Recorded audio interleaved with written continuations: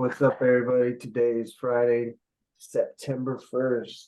Already been 4 weeks into Fighting Your Way, season 2 with Easy Win 1, 2, 3. This is his 4th week. He's currently reading The Hour Between the Dog and the Wolf, and he was trading his A grade setup and creating some rules around there. Maybe he fine-tuned them. So we're gonna help him fine tune his rules a little bit better. This week we're also going to introduce his B grade setup in case there isn't an A grade setup. He can take a B grade. The B grade will be less probability of it working out. So just keep that in mind, Easy. The B grade is suggested after you at least have one A grade trade in for the day.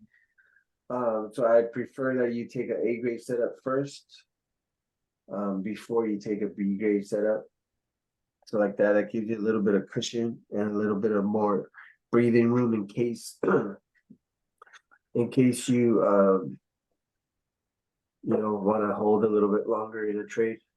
But just make sure you have a stop at a reasonable point. Don't just be like, oh, I can hold and give all my green back. You don't want to give all your green back.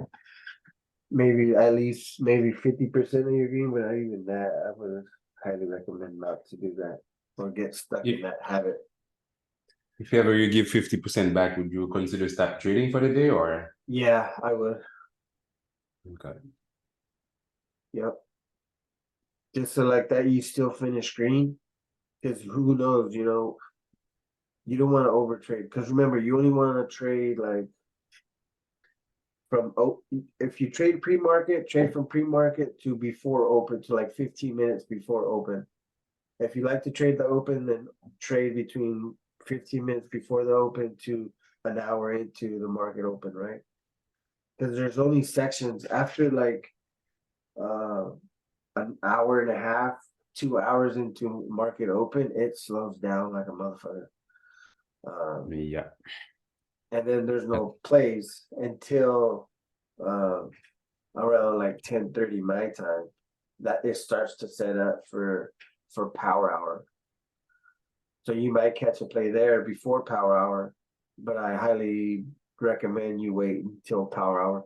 But that being said, you want to see what market does right before power hour. Because look at right here. It's 15, so they dumped it. So during power hour, they'll run it up, and then the last 10 minutes they'll do the opposite. If they don't do the opposite in the last 10 minutes, they might do it right at the bell. But if they run it down all day, they'll pop it up during power hour, and then they'll dump it again during after hours. And you just got to pay attention to that, how it sets up. But yeah, let's dig into any lessons that you've learned in the hour between the dog and the wolf. A couple of lessons that you learned there, and then how your trading has been this week, and how's it going with your setup. Go for it.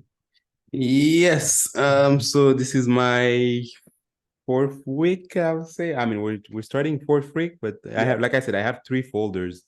Week of August 13, August 21st, and now this is August 28 that we're recapping. I've been working on my A setup, aka when moving average cross, and this is when I usually take a trade based on the moving averages. As well, I've been reading The Hour Between the Dog and the Wolf. That book is very complicated, but it's good. Like I said, I'm not going as fast just because I need to understand everything. One thing that I just learned recently that I can share with you guys. Where was it? No, honestly, no. Okay, no. I'm not gonna talk about that book because I don't have anything concrete. Like I said, it's complicated even for myself to understand. So I'm not gonna say things that I'm not sure about. In this case, can I show you the chart, like the chart that I have right now? Because like I said, I have a question on it. Sure. So yeah, this is yesterday. On yesterday, what happened there? Yeah, so it was a down day. The play started right here. So since there, I think this is when Cal took his short entry. And then after that, he was able to sell here. Usually I take that trade down and then I try to ride it for like as long as I can. But on this one, this is my question, right? You see here at 12:05, you see this candle right there. So this is when I stopped out yesterday. I started playing it, but this candle pushing up. I know for a fact at 90% of the time, this candle will come, like the chart will go back down. Like I knew for a fact, but yet I still got stopped out because it was way too high based on my stopping criteria. I have 3 to 4 points to stop out. So I Which just want to know candle did how you to enter? handle this. Sorry, Where did you enter? I entered here Right at in the this break. one, 11:30. Mm-hmm.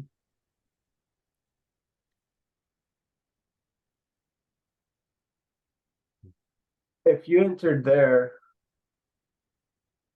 you entered here. Where exactly did you enter? Did you know? You know?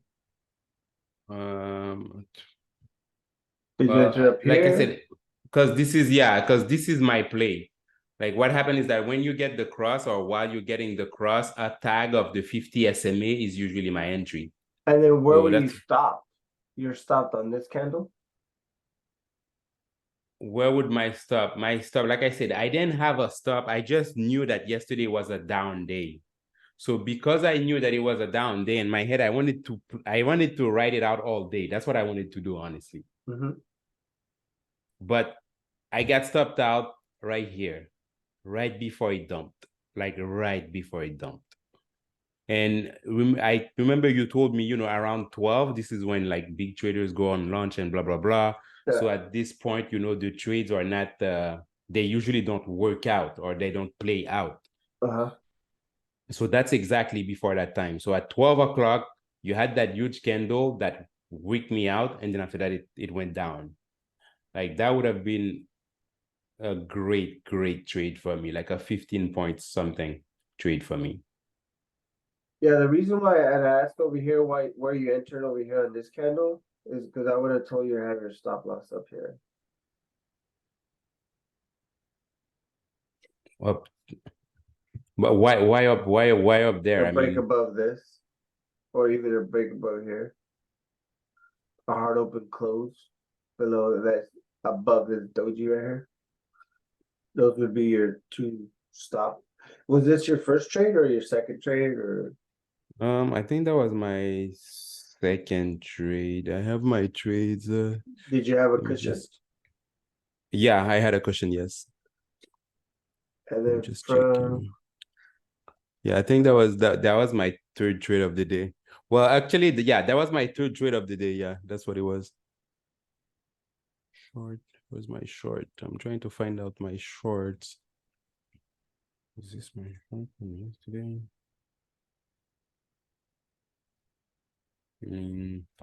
Sorry. Yeah, like I said, I don't have that one as a screenshot. That's why I can't show it to you. I have other trades. But I remember it clearly, like when it happened, because that candle waked me out just before it went down. But like I said, this is one of my favorite setup. Just because the moving averages are set up that way, like you have your 50, that's the resistance, and then you have your 10 under. And if it goes higher than the 50 and you don't see the 10 going back up, for sure it's gonna come back down. Like, but then again, I always get wicked out because I've heard of that trade. You can get a trade for a day, like I don't know, collar trade or something. Maybe that's the term. Like a trade that you can just set and then forget about it. something that you probably didn't pay attention to. It was a volume. Were you looking at the volume? Was I looking at the long, you said? At the volume. I mean, yes, I do pay attention to the volume, of course. Yes, I But do. did you look at the volume on this play where you got stopped out? I wouldn't say no. Like lately, I find I'm not looking much more at the volume just because I'm focusing on RSI and MACD and the moving averages. But I didn't check volume on that one. That should be your last thing to check.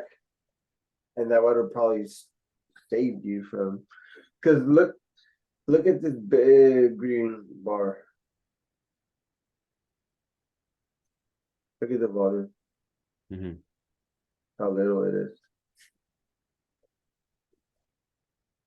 Right? That green bar is probably the same size as this. And look at it. There was a volume beat there, but no volume beat over here. Even this one. Even this little one. We could see why, because they're battling. But the volume on that huge volume, and red, there was a red beat right there. It didn't beat it out, even though it was bigger than this candle. Okay. So look at your, is this MACD and RSI together? Is this like three? No, I told you on my chart, like it looks overlap. crazy. I don't know how to. You need to I've tried. I it. remember you told me to go to studies and then switch that to bottom. I did, but it's still overlapping. No. You gotta see how, put the RSI where it says lower. Put the RSI where it says lower. Or the MACD, either one. Okay. Oh, wait. There you go. Oh, okay. Wow. So stupid, this shit. Okay, thank you. and now put a 50, draw a 50 line on God. Dude, you have no idea since when I've been trying to do this thing. Okay, and then you'd put a line, like a 50 line, whatever, just to separate it. Well, that'll tell you if it's bearish or bullish. Yeah, I got it. And it'll Okay, help, perfect. it'll help you gauge the moving averages. Wow. All right. Thank you. I'll save that after. Thank you for this one.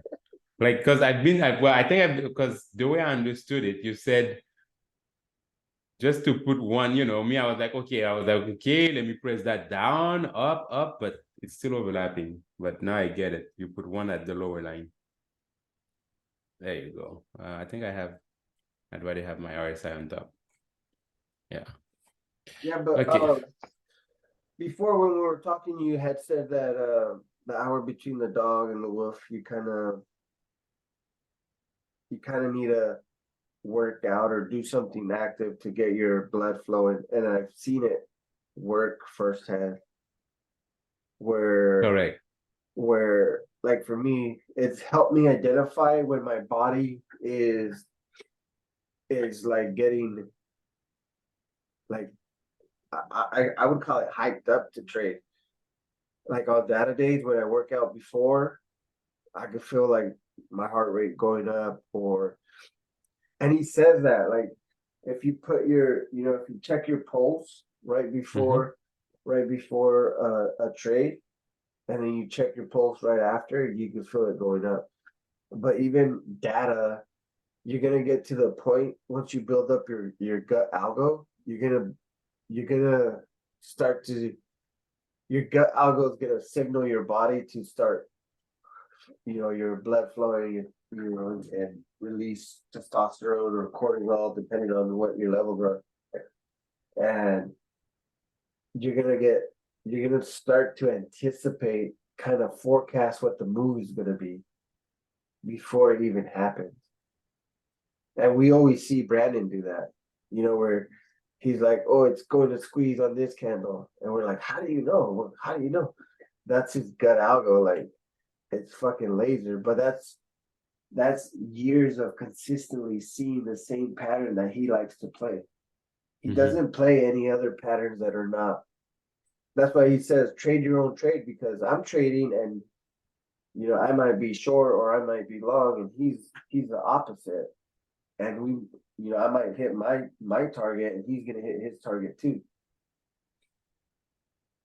But yeah, you always want to see that consistent pattern that you want to see, that you love to see, that you've consistently seen like, oh yeah, if I get in this, I usually fucking get 8 or 10 points. Or it goes in my direction like immediately instead of it fucking chopping around. Mhm. A question that I have on this one, well, like you said, to work out, like to get your blood flowing, it helps you think better. One of the questions that I have, well, let's say on a market data day, would you be thinking about charts? Would you be thinking about the market while you're doing all this, or you clear your mind, you're putting some music just to hype you up, getting ready for like the boiler room type of thing? I don't look at the chart until I'm done working out. So Okay. I meditate for 15 minutes, I work out for 45 minutes, and then I come look at the charts. I mean, I'll go get a drink of water and stretch for a little bit, maybe even get in a pool. Yeah. Um, or do like a cold body shower. Definitely do a cold body shower or ice cold bath. Mm-hmm. That'll really release testosterone or estrogen or whatever. And it'll wake you up. It'll wake you up more than coffee will. And not only that, but it benefits like if you're working out, it'll help you recover faster Okay. and it'll make you alert in the morning. And that's just something that I followed that's helped me. And I noticed like when I don't work out or I don't stick to my routine, I'm like foggy. I have like one red trade, one green trade, one red trade, one green trade. I'll end up green. Perfect. I'll end up green for the day, but I'm not like consistently getting like 3 green trades or 2 green trades or whatever. Okay. And I've noticed You know, that by myself. I've journaled that, and when I went back to my journal, I was like, fuck. Every time I don't work out, I don't stick to my routine. hmm. Um, I'm not as good. A cold shower. Maybe, yeah, well, like I said, I did started doing a few workout, still not being consistent at it. Well, But even yeah. workout is not like, oh, I'm gonna do 10, 3 sets of 10 or whatever. It's not that kind Mm-hmm. of workout. It's like, let me do 25 push-ups. Let me do 10 jumping jacks. Let me do fucking 25 leg lifts. Let me do 25 air squats. You can do that shit in 5 minutes. Just I to keep just you active. just to get the blood flowing. Okay. You don't have to go, oh, I gotta go bench press, 3 sets of bench press. I gotta go do this. Nah, I don't do none of that shit. I just do Okay. I just do calisthenics. I walk for 30 minutes and then I do burpees and then 100 push-ups, some leg lifts, and some air squats. That's it. Perfect. Okay. Uh, but yeah, 29. that's stuff that you learn and if you do that from the book, the hour and the dog and the wolf The or whatever, the dog and the wolf, yeah. uh, you'll start to be like, okay, this is what I want to see. This is a pattern that I like to see. So like that, you consistently see the same pattern. That's what builds a good gut algo. And then what helps you balance out and make good decisions is having balanced hormone levels like cortisol, testosterone, estrogen. Men have estrogen, whether you think so or not. We have a little bit of Yeah. estrogen.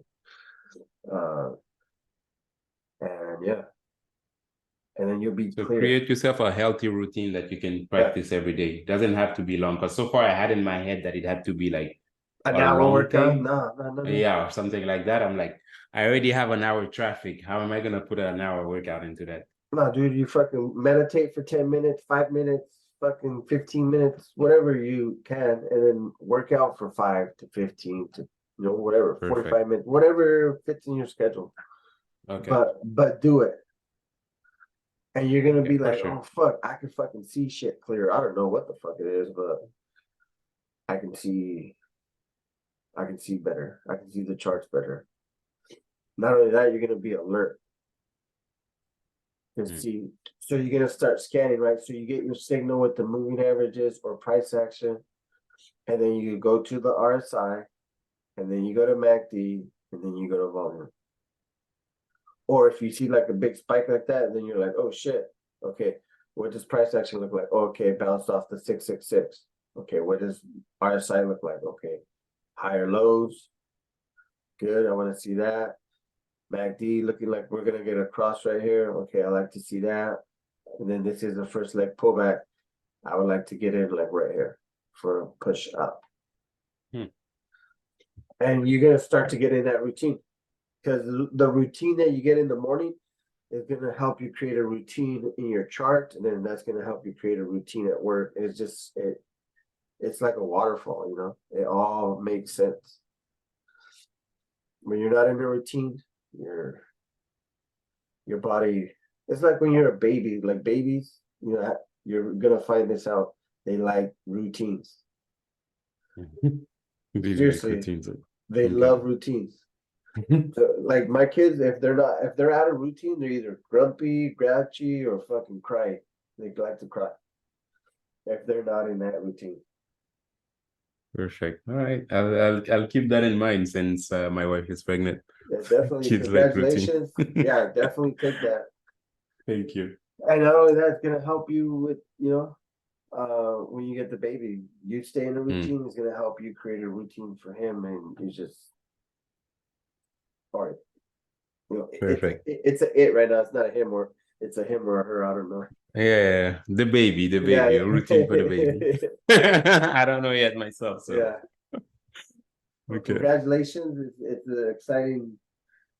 It's gonna be an exciting journey, and hopefully we have you consistently trading, so like that, you know, you're not stressing about the baby and trading at the same time. No.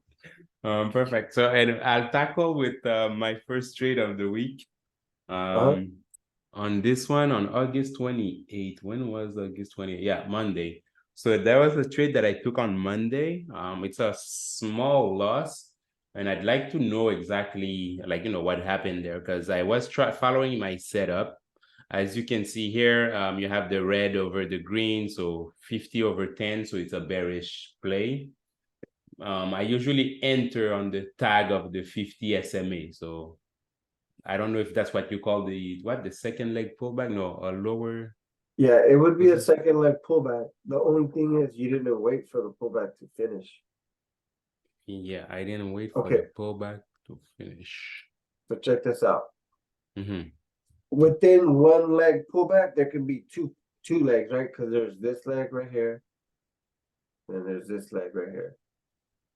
That's two legs, and then even this would be the third leg, but it's actually the first leg in the bigger move, right?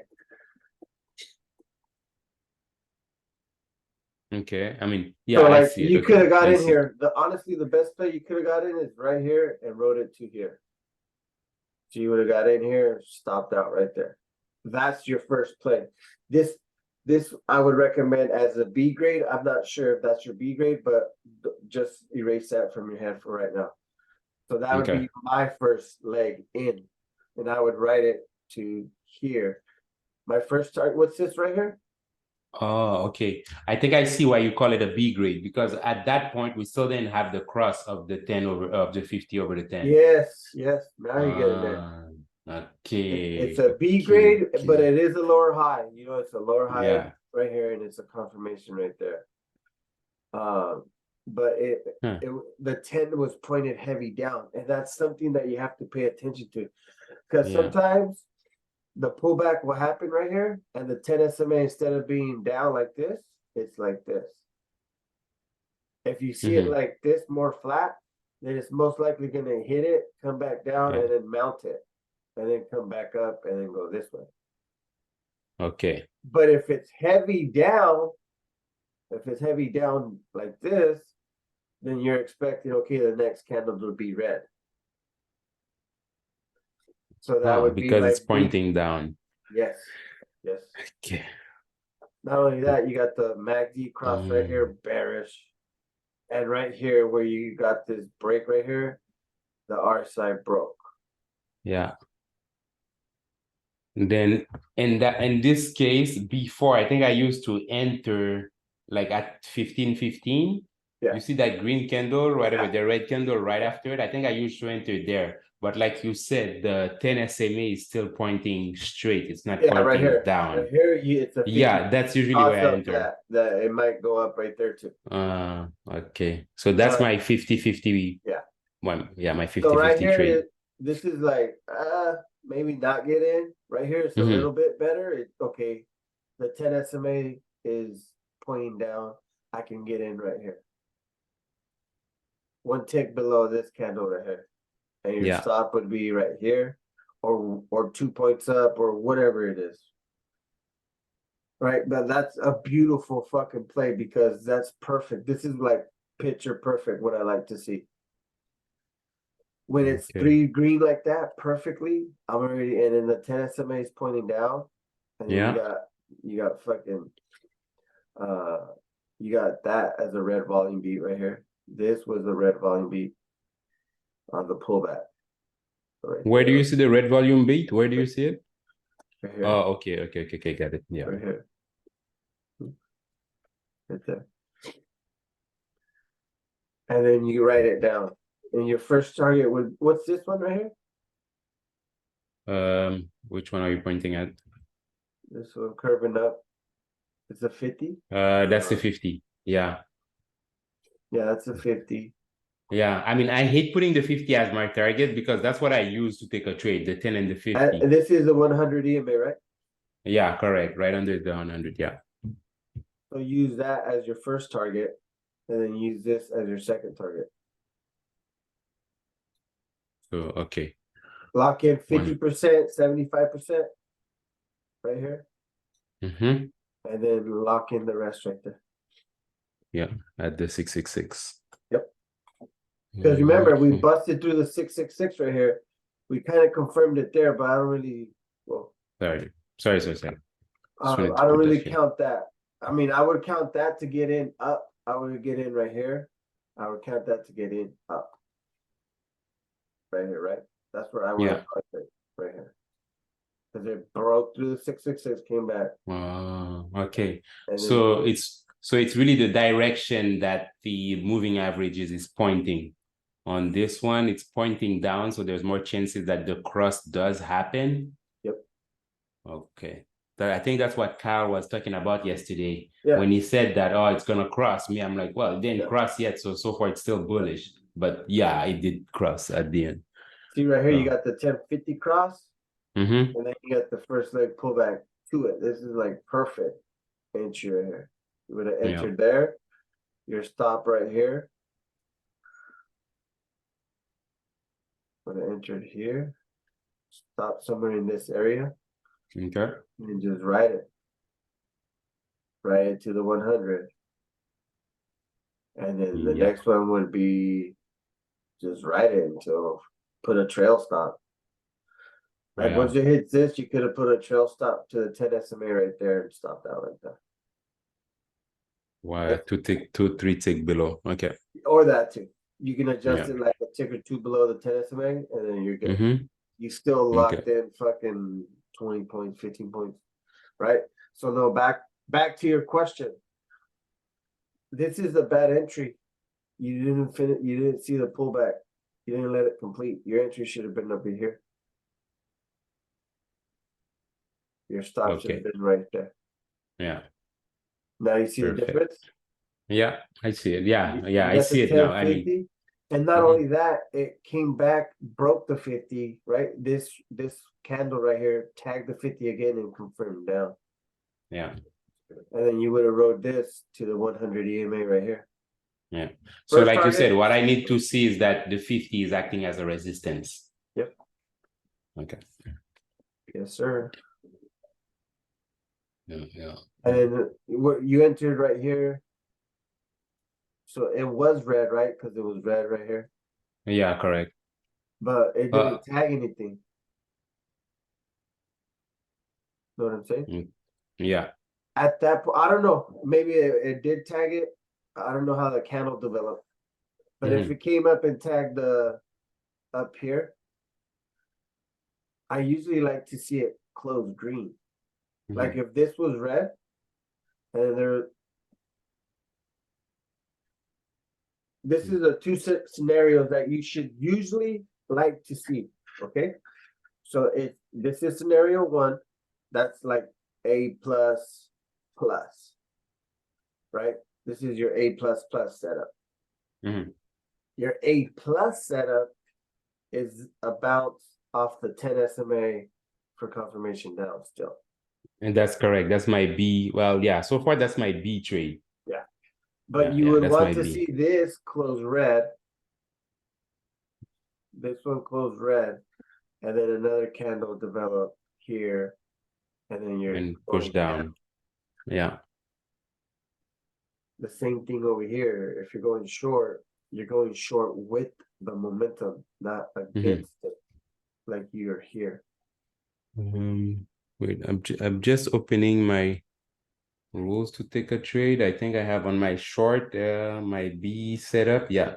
Setup short, the pop to the 50 SMA, short, the pop to the 10 SMA. So yeah, I just wanted to make sure that's what I have. I'll put it on my other screen for now. Okay, got it.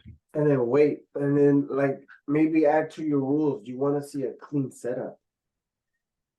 You know, if it's choppy like this, you're like, that's not that great of a setup. Okay. But Yeah, but these you see these a lot. I know you see these a lot, those little choppy thingy. yeah. Right. Yeah. Yeah, and definitely like always look to the left for price action levels. So like on this lower high right here, you would have looked to your left and seen these dojis right here. So it breaks that or it doesn't go above it, you know it's down. Always look to your left. And it kind of looks like a head and shoulders like this.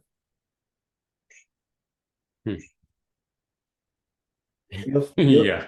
The more Wow. charts you see, Oh my gosh. the Like I more, never see these things. I swear I never see these yeah. things. Well, we're gonna start to point them out, and you're gonna be like, "Oh, this is the head and shoulders. Oh, this is the inverted head and shoulders. This is the rising wedge, which is it's also a rising wedge. Look right here." Yeah, yeah. And this one is Kyle's setup. This one, Yeah, when it breaks. Exactly. Yeah, there you go. That's exactly what I was talking about yesterday. Because I so saw it. We break that wedge and then he enters you on the contact. yeah, he enters right here. But Yeah. I would enter right here on this right here. Yeah, I know. Yeah, But yeah, it's true. That is Cal's setup. this is a safer setup because right here you don't know if it's gonna go up right here, right? You don't know if it's gonna go like that. And that's the danger of not waiting for it to close. For confirmation. Yes. All right. Yes. Okay. No, yeah, that question to that one. Because you see where you just pointed out. Let's see, you see those two red candles right here? Yeah. Okay, those two red candles, I usually enter here. I mean, now I'm entering there because of you, because I'm waiting for a red candle and then I need the confirmation that it's still gonna go red. So 2-3 tick below, this is when I enter. But sometimes I find out I enter and then the candle will reverse and will go green. And sometimes that will happen. Well, I mean, I get stopped out. I mean, I get stopped, obviously. But that's the danger of this B grade setup. You know what I'm saying? You can enter here, you can enter on this red candle, and your stop would have been there. You would have never been hit. Yeah. But if you would have entered here, you know, I don't know, because okay. This is the no, same. because I'm just saying, because I did notice that sometimes, yeah, I've tried to follow the rule and then I'll enter like after the second red candle and then it but do your and other like, rules line up? Like when you enter, you can't. Okay, you have that rule, right? Is it the first leg pullback? Yes. Okay. Do I have the 10 crossing the 50? No. Do I have a lower high off the 10? Yes. So this is my B grade setup. Got it. So this is a lower probability of it working out. If you don't wait for your A plus setup, the B grade might fucking smoke you. And that's what I'm trying to teach you is wait for the higher probability, especially on your first trade. You don't want to risk money on your B grade setup. I mean, you can. I don't recommend it, but like to start off the day on a good note, wouldn't you want to wait for an A+ setup first? And if it doesn't come within like the first 30 minutes of the market, then maybe look for a B grade setup. But keep in mind that it might go against you, especially when it's because usually there is a setup for everybody in the world in the first within 15 the first 30 minutes. minutes. Yeah, first 15 to 30 minutes. There's going to be a play. Okay. Sheesh. Well, so far because I'm new to it and I've been trying just to play that setup, I'm waiting like an hour to 2 hours just to take a trade. Like, But I've seen your play, and when I'm waiting for my setup, I see your setup, and I'm telling you in the chat like, "Hey, here's your setup." I don't know if you're at work or at gym or whatever. no, whenever you say that, I'm always at work, but like I am looking at charts. When you say I'm still looking. And I've seen you post trades when you're like, "That's not your setup," and it's like, and you got wicked out. And I was like, "Okay, look, here's your setup," and then it works. Yeah, that is so. So Here. wait for the first trade to be your A+ setup. I mean, Got if it. you want to risk it for the B grade setup, you can, but just keep in mind that that might be 45%, accurate, or the odds Perfect. are 45%. Wait, let's see. Just give me a second here. So that trade was a loss, as you could see. And that's good because you'll learn the most from your reds. Yeah. You're gonna learn. Well, yeah, on this one, like you said, I mean, I saw it tag the level, and then I was like, oh yeah, one thing that I wanted to add more on this one, the reason why I entered there and I didn't wait for the red to come, it's also because of that red candle. You see, I see seller beat right here. Like, I'm like, there's no way they're beating that red candle. So that's why it gave me confidence to enter there. That's why, that's exactly what happened. So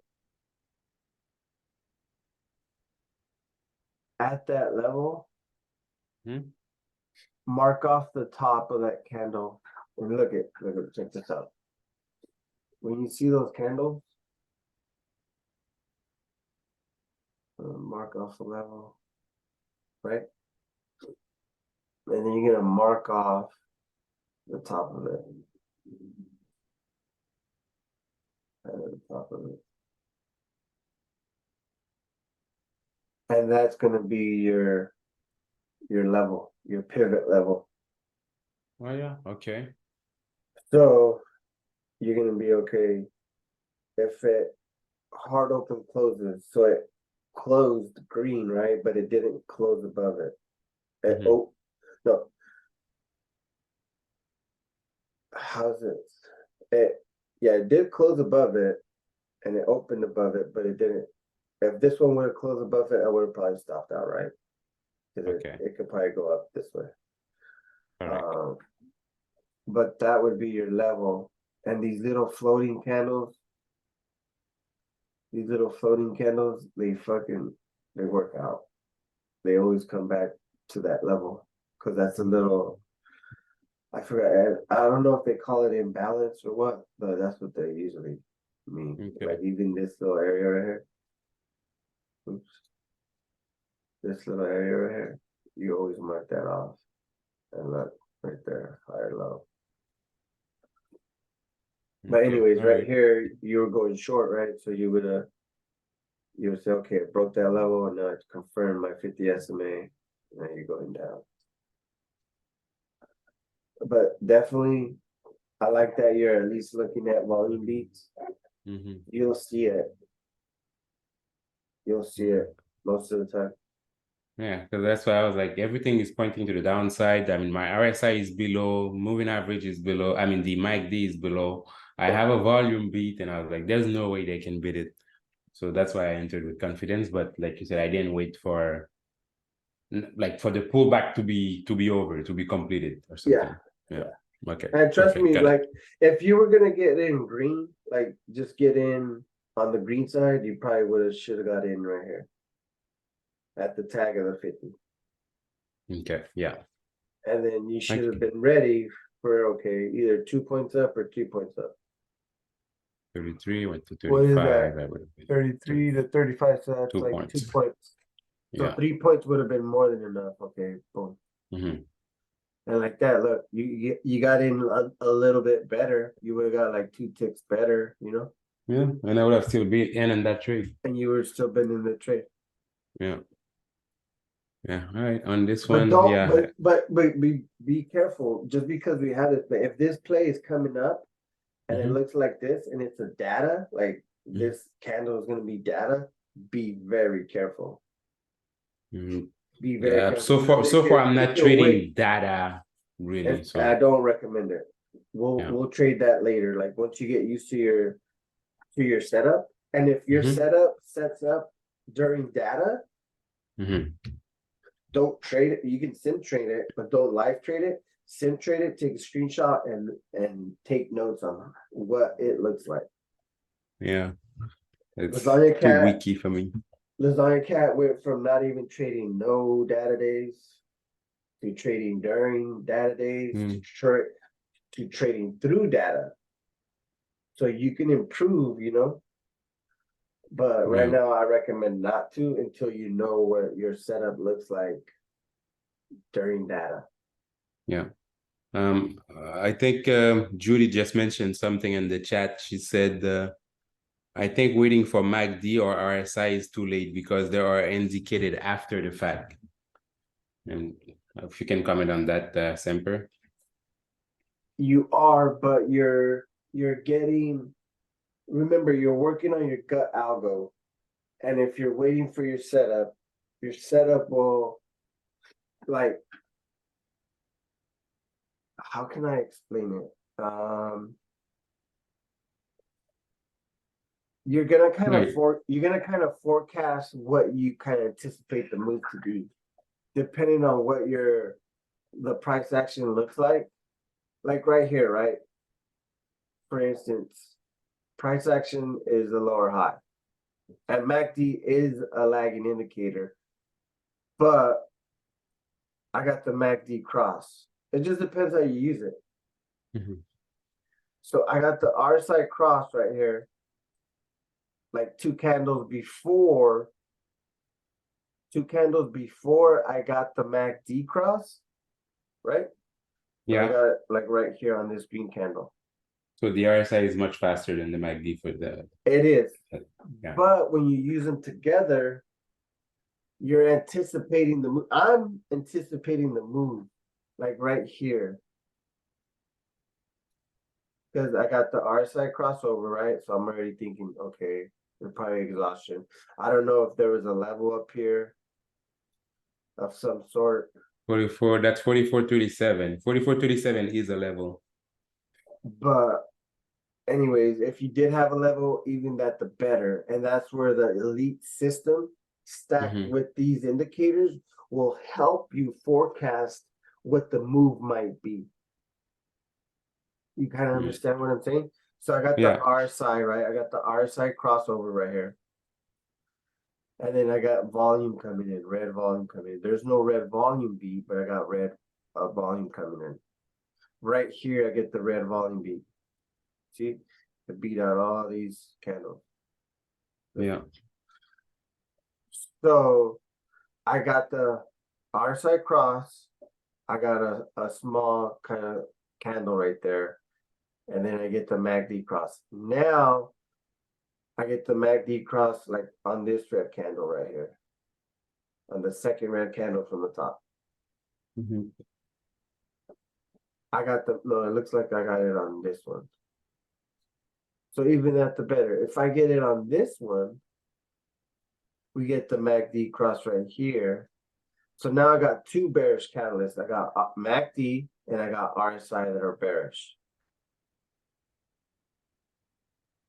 And then you got the red volume. And then you see you get the red volume coming in and then it gets sucked down. That means a squeeze is coming. squeeze is coming down or up. I don't know. RSI Yeah. is still bullish because it's in the upper channel, Mm-hmm. but it's diverging or it's still creating lower highs. Creating lower highs. So now I'm telling myself that right here, I already got two bearish catalysts. And these two candles, I want to see a lower high. And that's when I mentioned in the chat, hey, I want to see a lower high off the 10 SMA. I get a lower high off the 10 SMA right there. That's a bearish move. So that's already three bearish. And then you So get, that means you need to see it close below the 10 SMA, or you need, yeah. Okay. Yeah. This is perfect. I don't like to see, like, if this red candle would have busted above the 10 and, right there, like that, Mm-hmm. Yeah. like this, I don't like to see that because that's iffy. The next one might be green And then keep pushing up. and then keep going up. Okay. I like this is like picture perfect because it held it. It was perfect resistance. And not only that, you have to pay attention to the 10 SMA, right? Because remember I said Yeah. 10 SMA is flat, it can still go above it or it can still go down. You want to, and this is, you'll start to pay attention to the moving average. Sometimes it'll be flat and the candles, oh shit. Sorry. Yeah, I click on the chart. And the candle is hitting into it. That is even better. As you guys can see, and Easy pointed it out himself, this play is not as good as this play. You guys see the difference? The 10 SMA.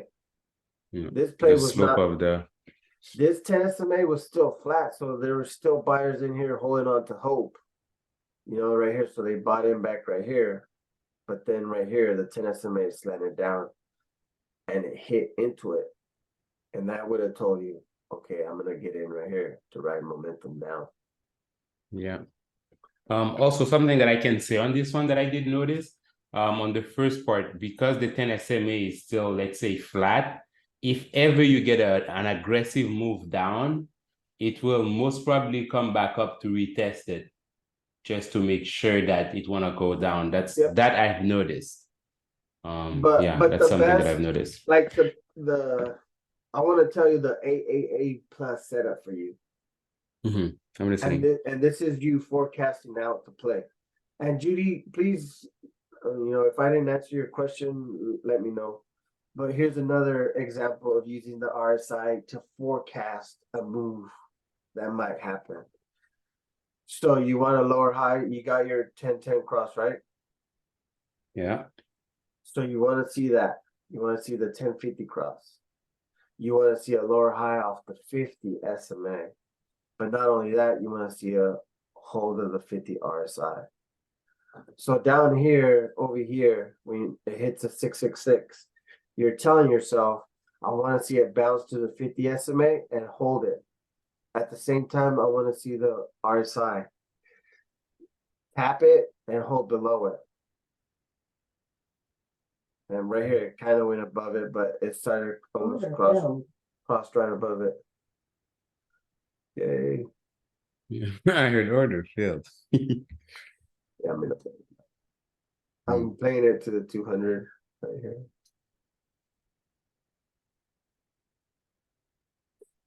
Okay. On sim. So yeah, so you kind of use it as a guide to predict.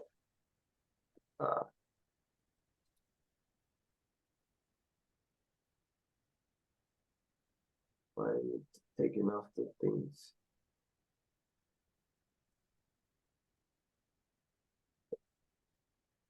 Does that answer your question? Wait, right now you told me for my A grade setup, you were just giving me some parameters. I was writing them down. Oh yeah. So you want to see it. It would have been better if it hit and didn't go above the 50 RSI. Yeah. Very rare that it doesn't go above. It And you want usually to see it like ticks this above too. it. Okay. This is like your primo A setup. If it holds the 50 SMA and it holds the 50 RSI. Sometimes it won't be A plus, but you know, you got this lower high still. As long as it didn't break above this, you'd be good. So we have the short cross on the 1 minute, RSI below 50. What was the third criteria you said? Did you say price action hold below the RSI. 50? Below the 50 SMA? Oh, okay. No, I didn't. Well, I did say short cross, so the short cross, but yeah. So No, price no, action needs to be below the 50 SMA as well. Yeah. Okay. That's like the best setup for not this. Like if this would happen below the 50 SMA. Yeah. Price action below 50 SMA as well. Okay. So I have three criteria for it. What about the MACD? Are you considering that a bit or? The MACD at this point looks like it's gonna go bullish because it's gonna get the cross up there. So I would have liked to see how it's kind of into the line. I want to see it like this, start to spread apart like that, below it. For the price action. Okay. That's what you want to see on the MACD. But I do agree they are lagging indicators, but you can kind of still use them to forecast out. Okay, all right. I think I have another trade that I want to show you. So that was on the 28th and then on the 29th, long 1 minute. Okay, let me just close that one. That's the 29. On the 29, what did I do here? Oh yeah, that was a long trade that I took on the 29. Yes, I took a long trade. Yeah, that was a win. So I entered here. Oh yeah, this is exactly. So it's because I was practicing my entries. I wanted to have confirmation to enter. Yeah, as you can see, I entered here just because because that's my A plus setup, I'll say on the long side. Whenever I get that tag to the 50 SMA, it's the reverse now. I get the tag and it's holding it. This is when I enter and keep riding the momentum. Your entry could have been a little bit better, but I see what you mean, the confirmation right here, right? Because it's above the 10 SMA up. Yeah, exactly. Well, it is above the 10 SMA, but I usually get in much lower than that. Like as for a this bad one, habit. here's your first leg right here. And this is the choppiness that I'm telling you that I don't like to see, where it's red, green, red, green, red, green. But it is a bull flag up. So I would have probably got in right here or a break above, one tick above the 10 SMA. Why the first one? Why on the first one? The one where you say right here. This one? Like that's the first legged pullback entry. And this one because this is green, I guess. Yeah. Okay. This momentum up. This one would have been safer because you broke back above the 10 and you looped the 10 right here. See, this is a 10 loop. That's the 10 loop. And whiplash, this is the kind of 10 loop that I like to see. See how it kind of like loops it and it stays tight to the 10 SMA? There's a higher probability of that 10 SMA loop working out. But if the price action would have been over here, way down here, then the price action probably would have hit the 10 SMA and continue going down. So you got to take that into consideration too. The 10 SMA loop needs to stay tight around the 10 SMA. If it's not tight, what it would look like? I'm not sure I understand when you say if it stays tight. So like this is tight, right here. The price action is really close to the 10 SMA. Okay, I get what you mean. Close. This is not close to the 10 SMA. Okay. So like this loop was kind of a scam loop right here. Because look at it went like this. And then, but you see price action getting tighter. Around the 10. You gotta know. So it's as if the 10 is acting as a support in this case for. Yep. Okay. So it went So from tight action. resistance, kind of like an inverted head and shoulders, but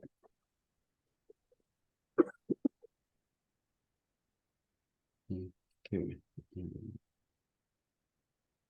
I sold one. Okay. So in this one, I just want to say the reason why I stopped out on that play. So when I got in, I already like, all the candles are green. So I took my first profit at the 666. I sold half. And then I wanted to, whatever, let's say hold for longer, but I stopped out just because I got two red candles in a row. And then I was like, it is the 666 might act as a resistance, and two red candles in a row, then that's why I sold it. But then again, of course, it just shoot back up. Is there anything that you could see that could have made me stay longer in that trade? usually what I use in that type of situation is a hard open close below the 10 SMA. Hard open close. So like this red candle right here, it hit the 10, but it didn't close. Like if it would have closed below here, then I probably would have stopped out. Mm-hmm. But it just wicked it. This is why I Okay. keep telling you guys, watch candle development. Because it can always wick, and then if it gets sucked right back up, then that's a lot stronger than if it's like hovering down here and then going back up slowly. Okay. If it goes back up slowly, then this one might be a red candle, right? But if that wick was like price action shot down and then it got sucked up almost immediately, then it might pop over because it's creating an imbalance right here. Look.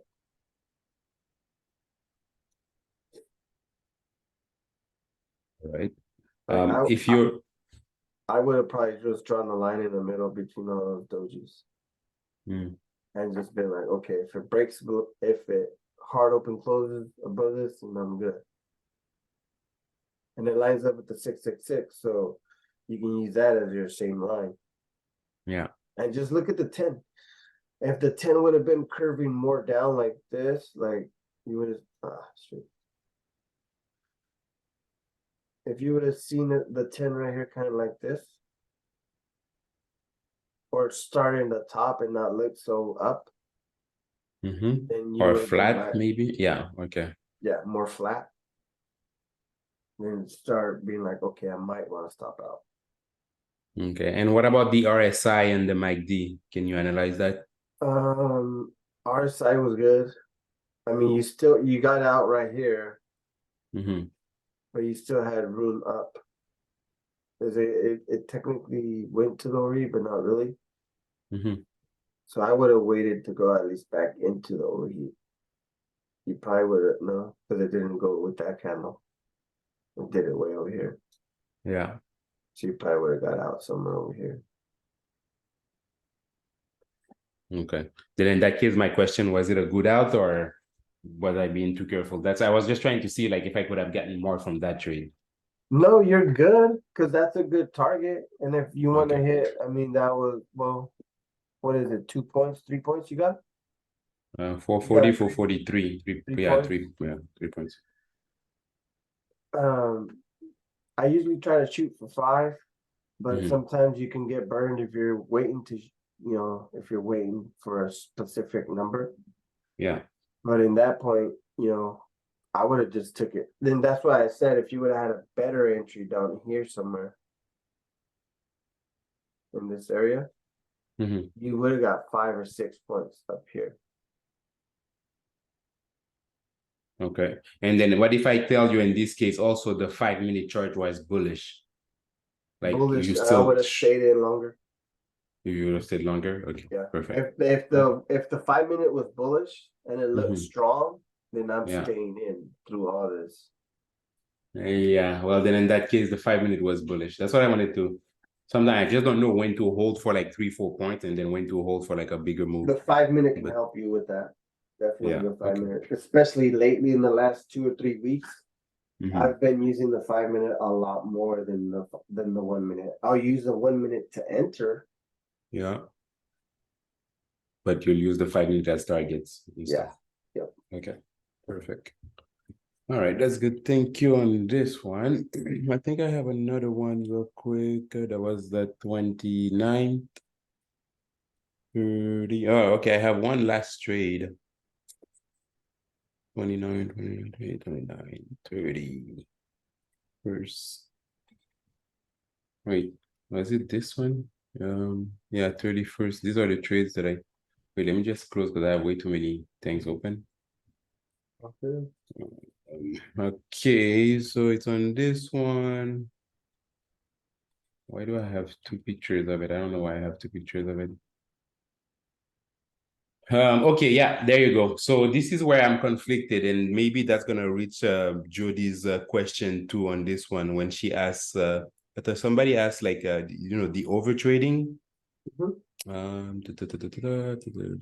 do you guys avoid over trade during the days? Yeah, that was Judy's question. So I think if I remember clearly what happened on this case, like I said, this is one of my A-trade setup again. So the 5-minute chart is looking bearish. So whenever I get a pop to the 50 SMA, I always short it because I know it's coming back down. So on this one, let's say if it happened, let's say 3 times, and 3 times, yes, I met my target. I usually just keep on going until it stopped working because I always hear that, do the same thing again as long as it's being profitable, right? Well, it worked until it doesn't work anymore. So that's why I always do that move. So can you comment on that for me, please? Where was that question at in the futures chat? On the future session said, how do you guys avoid over trading during the day? And then I'm referring that with if I'm trying to take 3 trades a day, but then I see my A+ setup. So that's what happened there. That's why I have this picture. Because as you can see, I took many trades there, right? Yeah. It's not just one trade that I took. So that's why I took it as an example. I was like, yes, I may have over traded, but yet all these trades were like good greens.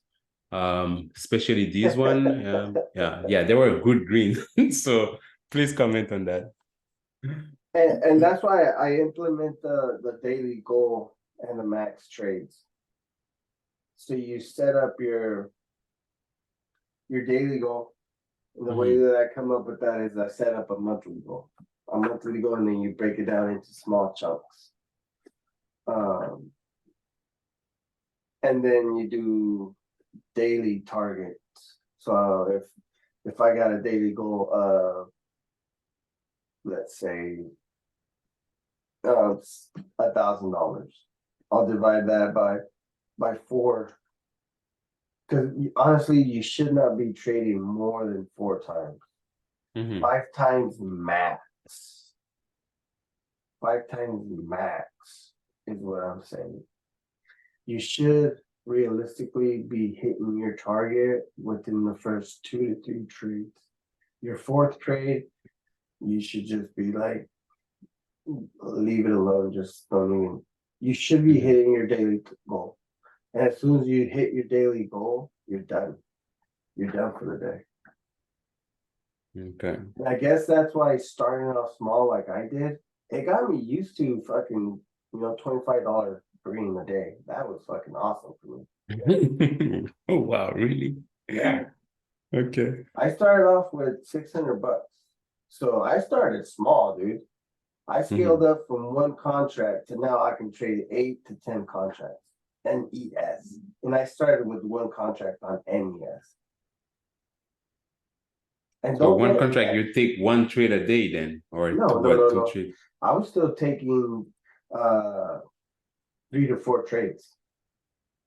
I was shooting for 4 points, 3 points, 2 points. At first, I was shooting for 2 points. $10 off of 1 contract, for $25. I should hit it on my 3rd trade, right? Yeah. And trust me, the way that I came up with this little system or theory, I failed at it 3 times. I blew up 3 accounts. I seen it work. Because I built up $600 accounts 3 times, 1 to 12,000, blew that shit up.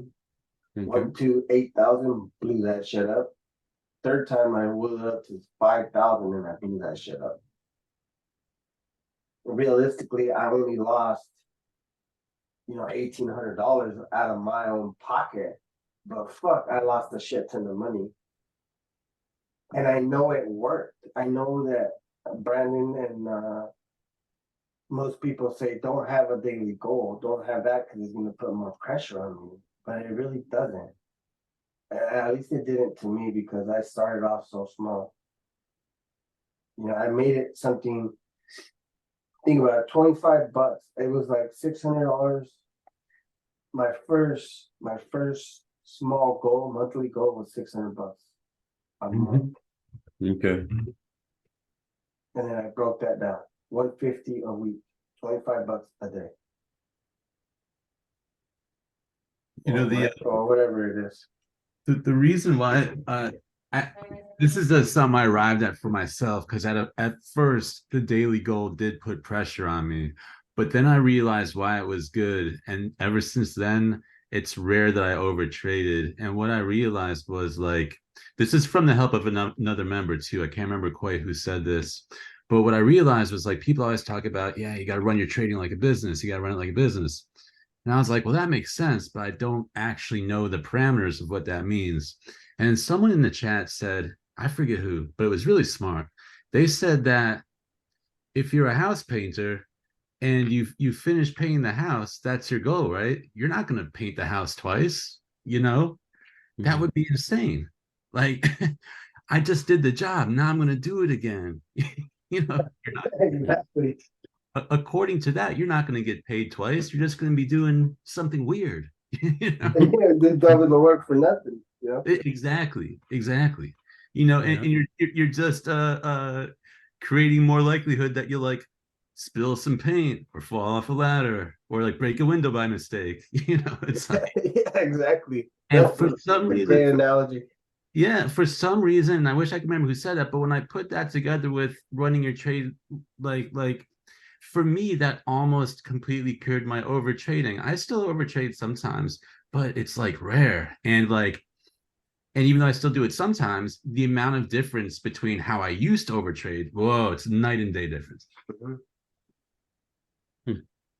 Okay, well, like I said, so far I find that I'm taking less trade. That's one of the things that has improved. That's awesome. That's awesome. That's a big deal. Like, because just on this trade, I see so many trades that I could have taken there. But on the other hand, I was just waiting for my A setup because I was waiting for the tag of the 50 SME in order to enter short. But if not, just seeing here, right here, I would have entered here too. Like a tag of the 10 SMA, that's my B setup. I was like, do I take it and then write it down? But whatever, I was trying to be patient on this one, just to practice my patience. So that's why I find that it worked. And you'll start to see that and realize that more, that once you refine your your rules, you'll be like, oh shit, every time I don't follow my rules, I get stopped out or I get wicked out or this and that. Yeah, and Whiplash says I'll also have 2 max red trades. If I get 2 red trades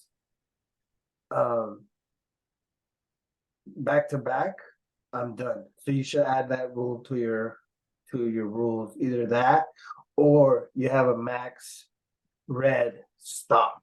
Like my max red is like $800. If I lose $800, I'm done for the day. And you just clear your head.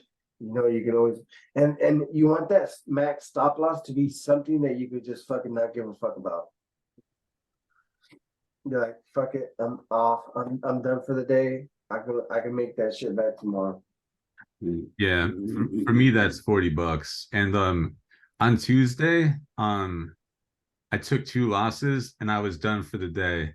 And they were small losses. I walked away with just an $18 loss. And I was like, you know what? I just don't even fucking because I paper cut myself because I realized that I hadn't entered my setup. So it's not like I even had to really wait such and such amount of ticks to find out. Like, they're very small losses. Yep. And I think a lot of traders would say, like, oh, you kind of just, like, in a way you save yourself. Those don't count as reds, but it's like they do. It showed that my psychology was off. It showed that my eyes were off. Something was going on with me. And like that's an algo as well. That's like, oh snap. I'm aware that something's wrong. I'm walking away. And it turned out to be a grind up day that I might not have been able to play very well anyway. So I was like, fuck it. Perfect. Yeah. That's good. One last thing that I may need from you, Semper, because now that I have, let's say, my A setup that I've written down, now, like I said, right, I go both short and long. Would you have a setup for the long side? But I think it's just gonna be the opposite of this one. Yeah. Rewrite Yeah, it the that's what- opposite. Yeah, it's just gonna be the opposite And of that's this one. gonna help you see the market both ways, because I know you try to see it both ways a lot. Yeah. So just flip it. Yeah, that's not Semper B. That's okay, perfect. Got it. That's Semper A long. I'm already getting confused. No, all good. But yeah, but like I said, try to trade your A grade setup first before trading your B setup. Yeah. And then have these other rules, not your setup rules, but your psychological rules, where if you get 2 max red or 2 red trades, you're done for the day. Okay. Trust me, dude. Do not. If you get 2 red back, especially if you get 2 back-to-back red trades, you want to just. I know you're. I think right now, based on what you just said, I just had some contraction. I was like, oh my god. I'm feeling the foam already. You're itching to get your money back, and it might. Yeah. It might end up worse. That's a bad habit to get into. Seriously, it is, because you might get your money back this time, but next time it might be double red, double. You're right. Yeah, you're right. I've seen it many times. You're right. And something that I was gonna say about Lasagna Cat is about that psychological thing where you got 2 you got 2 reds. When you get your A+ setup, you're like more cool, calm, and collected. You're not as nervous as like, oh, this is gonna fucking go against me. I should stop out. Yeah.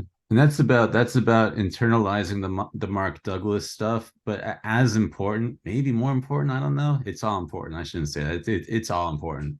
But just having the confidence in your setup, that goes such a long way. Have that thing that like is recognizable and reliable. It's like that just makes you feel better about it, because at that point you're not in fear of being spanked. Like you get spanked when you do something wrong. If the trade doesn't work, you won't get spanked. You're just taking a loss. You don't have that feeling of, oh, I fucked up. Like you didn't fuck up. It just didn't work that time. And that doesn't even feel bad, actually. That doesn't feel bad. Yep.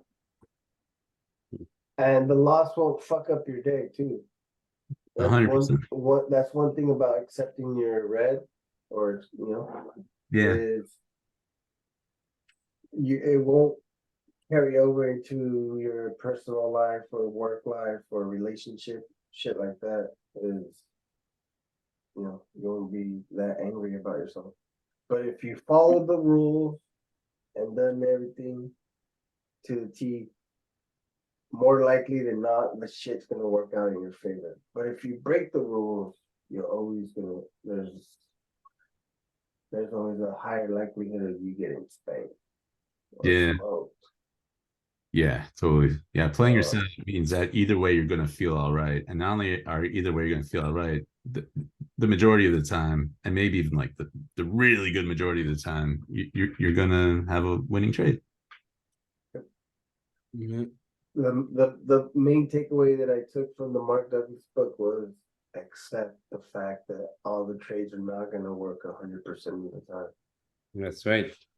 Just move on and wait for the next. Shake it off, have a tight stop or a reasonable stop, and on to the next trade. Was that all the trades that you had to recap? Yeah, that's what I mean, that's it. That's what I had. These are the trades that like kind of affected me, and I was that I had some questions about. Thank you. No problem. For next week. And also, especially thank you for this little trick there, because this thing was bugging me so much. Because whenever I look at Brendan's chart, Corner's chart, they have it perfectly, and me, I'm struggling. I'm like, okay, I'm not sure if it's above, below. Oh, thank you. No problem. So for this coming week, is you're going to try to trade only your A plus setup first. After that, Okay. it's totally up to you what you trade. Just keep in mind that you might want to keep chart of, okay, this B plus didn't work out, and then figure out why. Because Okay, so you said for even though it's a B grade setup, you still want to Mhm. laser in that B setup. Okay, so the B setup, my B setup. Okay, setup short. My B Also, but yeah. before we end, Easy, could you share one more time that breakthrough that you learned about RSI today? That The breakthrough that I learned about the RSI today. Yeah, that last thing that you showed, I forget, maybe it wasn't about RSI, but that last slide that you were like, you finally understood. What was that about? Wait, regarding the RSI, wait, let me just check my charts. I had the 31st on this one. It was RS, it was the dark colored chart you had on before, and it the showed, dark. yeah, maybe I'm bugging, and it showed like, and you were like, oh, I finally understand the thing. Oh, Yeah, it's because it was overlapped. His RSI was overlapped onto a Yeah, MACD. yeah. oh, what was that? Yeah. Yeah, that RSI was, he had it pulled up. Oh, that, yeah. Oh, That was what confusing me. I had oh, them okay, I both, I got you. think, on the same level like this. Yeah, So and I was you know, like, but I didn't know which one was what, and then I was like being so confused about it. Yeah. All right. Yes. Yeah. Yes. Yeah. I had that issue with my chart a couple of times too. All right. Yeah. Yeah. Sorry to interrupt what you guys are talking about, but that came back into my mind. Yeah. dog. And then now I can finally separate these two things. Finally, freakingly. The only thing I have left to do is to add that line to see the 50, Yeah, right? That's what you mentioned. that's going to definitely help you out. Yeah. And that line, is it a line that I'm drawing on it, Yeah, or horizontal at the 50. horizontal? Okay, perfect. That's what I figured. Okay, all right. Like I said, thank you for this one. Yeah, I know this is gonna help my eyes, Yeah, because that's why also I always look at Ninja Trader when I have to refer to RSI and MACD, because I see it clearer. But now I can look at this chart and be like, oh, this is where it is. Yeah. This is where it is. But anyway. But yeah, these were my trades for the week, and I'm gonna keep plowing to that book, and maybe next week I'll have something to share about that book, The Hour Between the Dog and the Wolf. Yeah. Thanks for sharing. Thanks for sharing the red trades. I know they're a little bit, they might sometimes be embarrassing, but Yeah, but like you said, they're better. those are the ones you learn That's from the what's book. gonna bring me to the green side. Exactly. And like I said, you want to concentrate on trading your A plus setup. Second is your B plus. After your first trade, trade B or A, but keep track of what worked out and what didn't work out. And then we're gonna try to laser in your B setup, and then create rules for your B setup. Just keep in mind that the B setup has the less probability. I have to be ready to cut it loose very quick.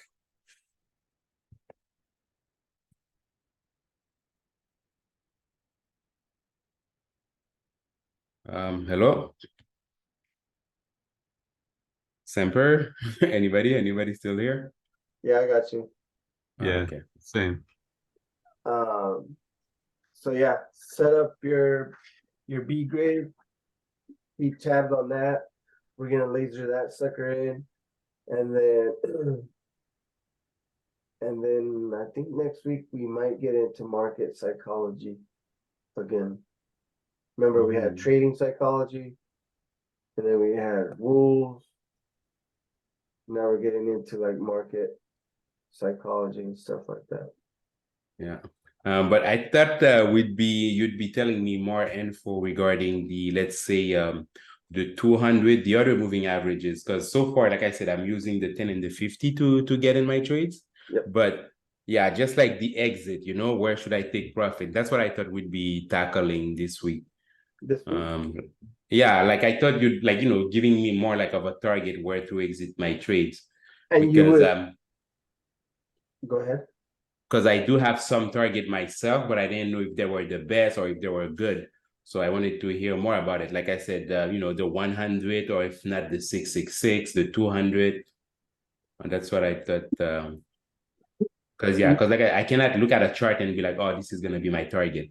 I'm only using moving averages so far.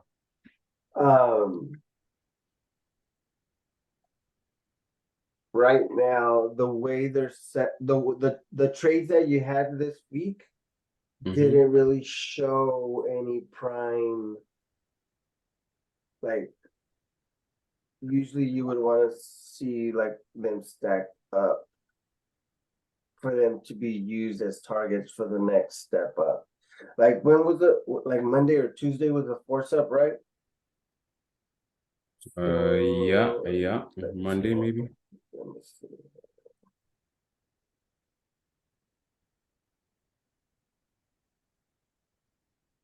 I think it was Monday. Yeah, it just went up all day and everything. Can you go to Monday? Can I go to Monday? Sure. Let me check. Wednesday, Tuesday, Monday. This is Monday. Yeah, this is Monday. But no, it wasn't Monday the first up. Yeah, it was Tuesday. There you go. This one. Boom. Yeah, even then, like, for them to be targets, you need them to be like, I like to see them like this, right? Just like, hold on, let me change colors.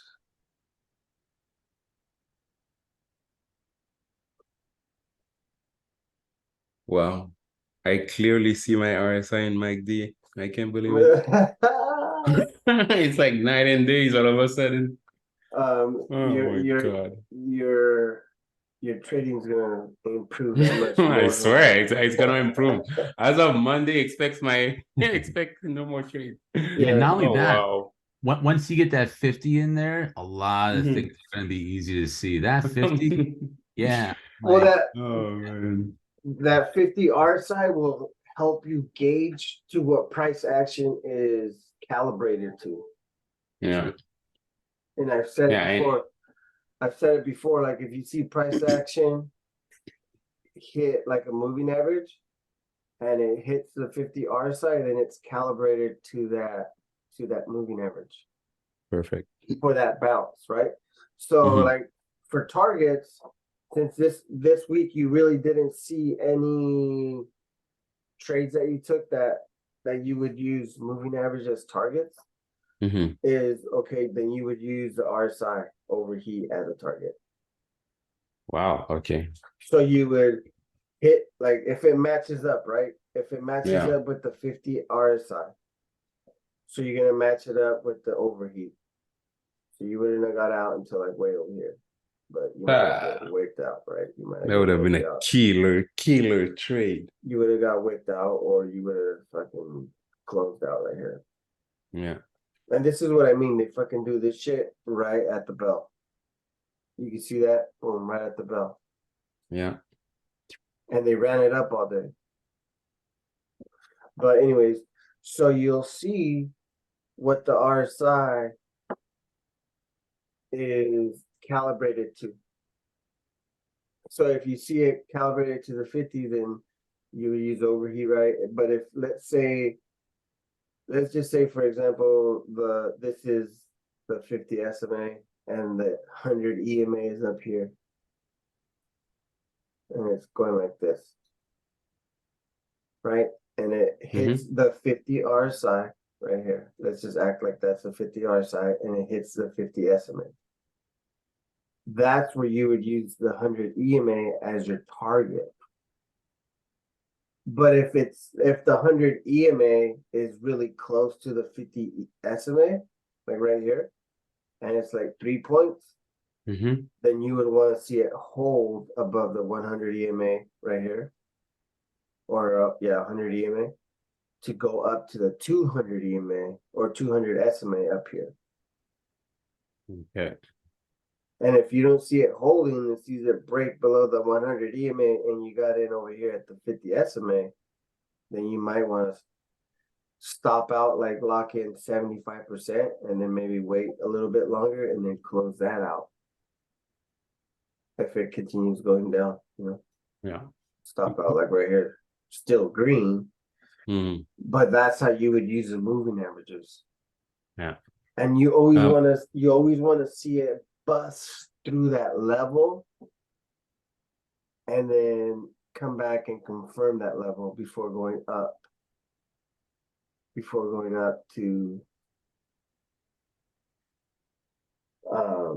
the next The level. 100, 200. Yeah. Yeah. So that's when you, like right here, you would use it short, right? So once it broke, let's just say this is the 50 SMA and it broke below it right here, you'd want to see it confirm and then go down to the 100 EMA and then lock in some right there, 50, 75%. And then it might come. And then what I like to see is smash through, create a lower high, and then go to the next level. If it shies it, right? If it shies the 100, yeah, it might come back up to the 50. But at that point, guess what? You got to pay attention to how the 50 looks. If the 50 looks like it's going up, then you're not going to get in right here, right? But if the 50 looks heavy down, you might get in more to it for this next time, because the 50 is going to tag the 100. The 50 is going to be closer to the 100, so therefore it's a lot easier for it to cross, right? It's going to cross right here. And then it'll bust through, maybe confirm, and go to the next moving average. Yeah. If it doesn't do that, and let's say the 100 resistance, then it might get squashed in between the 100 and the 50 until you get the cross and then dump to the next level. But usually on the fourth try or on the third try, it should bust up or down, either way. Sometimes when they manipulate the market and they just want to fucking scam you, they'll fucking just drag it on and slow it down. Like right here, they kind of just slowed it down to a halt. Yeah, and this is and then but that's the way that you would use targets. Does that answer your question? Yeah, I mean, it answers it better. Yeah, of course. As we keep going, I'll jump in more into that. If I see your trades lining up, I was like, okay. Like I told you, on some of your trades, you could have used these moving averages as targets. Yeah. But that's where you gotta kind of be like, okay, it's 2 or 3 points to the next moving average. Is it worth it? Should I even get in? And that's a good question. And that will also prevent you from over trading. Is it worth it? Yeah, it's my A+ setup, but is it worth it for the target that I'm aiming for? Because if it's to make 2 points, then no. Exactly. If you're there, if you're averaging like 6 to 8 points, and it's in trend, then yeah. But if it's counter trend, then you got to put your counter trend balance hat on, and it's an A+ setup. Then you're looking 3 to 6 points. Yeah. For a counter trend, right? 3 to 6 points, and don't get greedy. Maybe lock in 50 or 75% at 3 points, and if it goes up 6 points, then you got one more contract and you lock in at 6, and it can continue going up. But who gives a fuck? You got green, You write down, okay, it continued going up. Okay, what did I see, or what do I see that can keep me in the trade longer next time? Mm. And then you jot that down. Oh, the 10 SMA was pointing up. It looked strong. I can still stay in. Or the 10 SMA was pointing down. It looked weak. I should have got out. Yeah. And Just real quick. That's where your eyes, like, we don't really talk about it a lot, but your eyes will start to pick up the flapping of the moving averages to see how strong they look. If they look flat, if they look steep in one direction, if they're starting to point down, if they're starting to crest, kind of like a wave, starts to kind of like curve up and then down. Okay. Kind of like this, you kind of see it right here, but you wanted to see it like this, That's what I mean, the crest, you see it like that and you're like, oh shit, it's closing in on the 666. Okay, it might be bearish. Let me check the other time frames. All right. The 50 is going to give you a great anchor point for getting used to RSI behavior. RSI and moving average behavior and what it's gauged to. You're gonna start to be like, oh, right now price action is gauged to, and you'll see it like, if you see it coming down to the 50 RSI and you see it like, oh, it looks like it's like gauged to the 10 SMA or the 50 SMA. You'll see it because you'll be like, okay, it still has room to the 50 RSI and it still has room to the 10 SMA. You're like, okay, they look like it's about the same. Yeah, and like sometimes when going long, RSI will come back down in the 50, like when the 50 moving average is tagged, and you watch that, and then like you can see it flap up from the 50. If you get a candle close after the flap up, that's like a really good sign. That's just an example of like something I've seen that like that's a really nice confirmation, And that's gonna help you forecast a move ahead of time. Seeing that little flap like the candle before, you're like, oh shit, it's gonna. Can you show me what the flap look like? Because I'm not familiar with that word. What's a flap? Can you show me somewhere where do you see a flap here or something? It has to be live. Oh, it has to be live. Okay. You can see, like if you have the RSI zoomed in, which I sometimes have a separate little mini chart just showing RSI so I can zoom in and watch it move real close.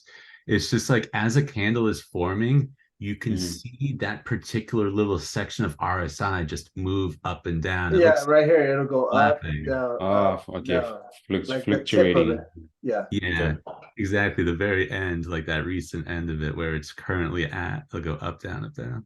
Okay. That's the flap you think. It's flapping around. Yeah. All right. Thanks. Yeah. And that's where you'll see the RSI cross above it or cross below it. And you're like, oh shit. See how it just flopped down? It was straight, but then it flapped down. And then look, did you see that? And then you see that it popped right up? Honestly, no, I don't even know where you're looking at. Right here. Right here, the RSI. Yeah, I am looking at. Never mind. I thought I was sharing my screen. Oh. That's why I was like, I have no idea what you're talking about. He's like right here. It was a perfect example. Hold on, let me share my screen. Oh man. Oh, but check it out. Also, it has this setting on TOS automatically, but on NinjaTrader, you got to make sure that your RSI in settings is set to not on candle close. On candle close is the default setting. You got to make sure it's set to what is it? Current tick or current candle? It's on price change or something. Yeah. Let me check mine. Hold on.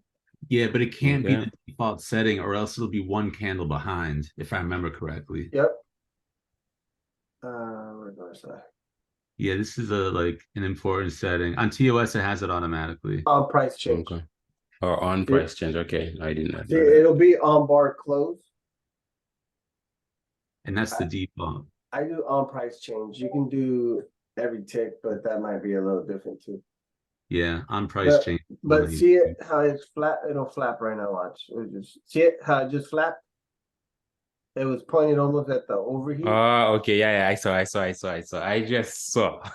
Yeah. I just saw for the first time a and then flap. it'll flap up. You'll see many more flaps. Okay. Yes. All And right. that's Well, then kind of in that like, case, no, I don't have that setting. then you're like, oh shit, it's gonna go. See how it kind of retracted in? Yeah. Look, and now Yeah. it's I see flat. it. I Now see it's it. I see flat. it. Yeah.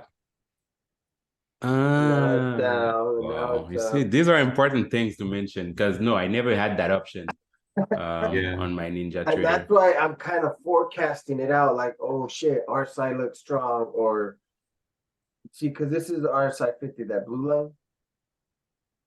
So if it flaps back above it and it holds a Mhm. 50 SMA, look at right here. Look, it should have flapped above it. See how it popped green? Look at candle. Look at, and now it flapped above it right here. Now it flapped down.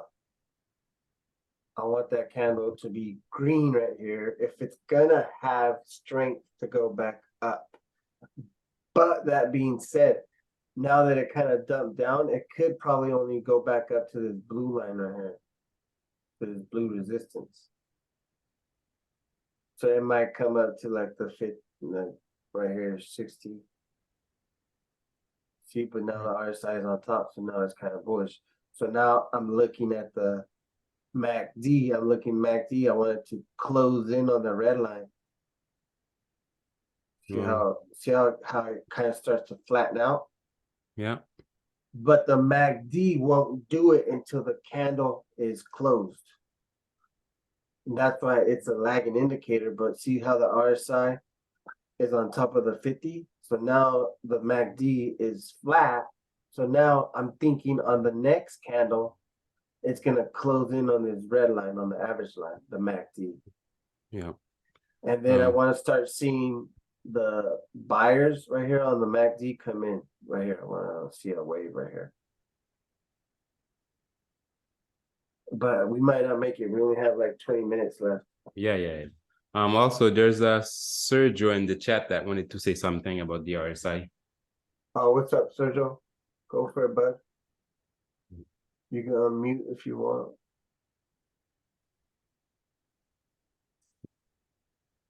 Okay, so I just changed my option to have that little flap thingy.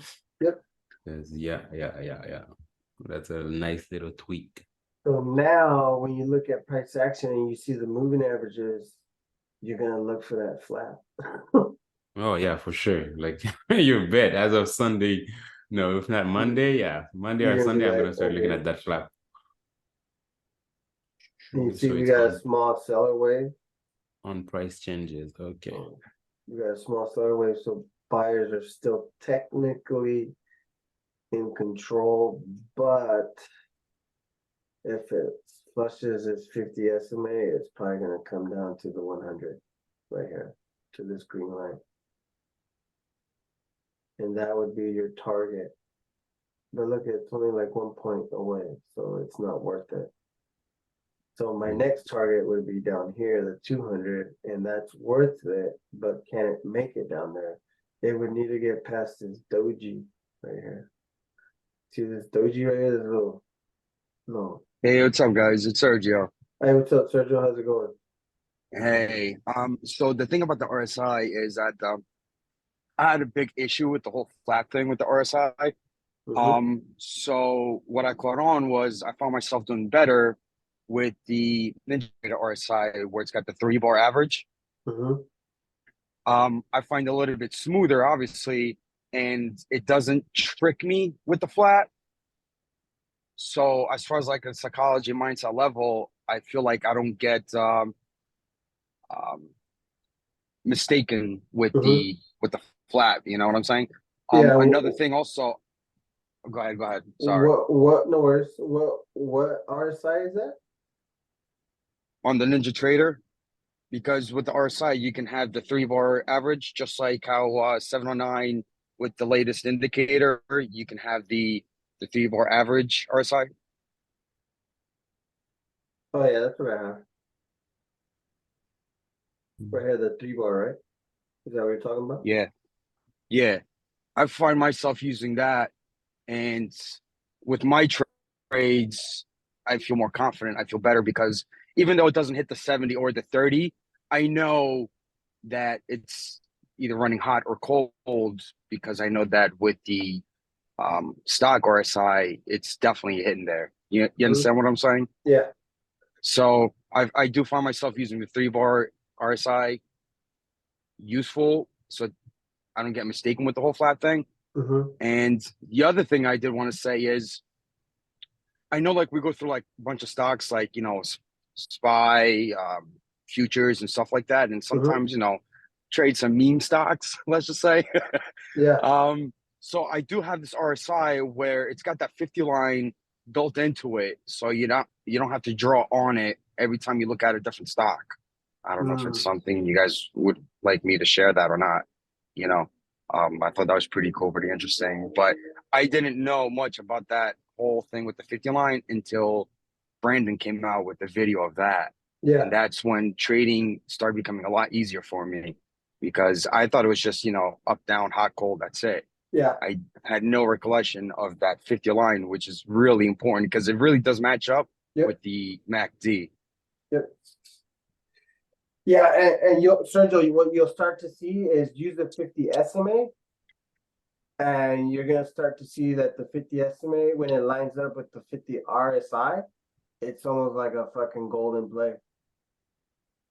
Or even if it lines up with the overcool or overheat, the 50 RSI or the 50 RSI, and it lines up with the 50 SMA, it's almost a solid play to get in on. I have problems with that when the moving averages are like really close to each other. Mm-hmm. I mean, when they're far apart from each other, then like I kind of see what you're saying based on that. My only issue on the psychological level is when they're really close to each other, how do I know? Is it going to be the 100 EMA or the 50 SMA?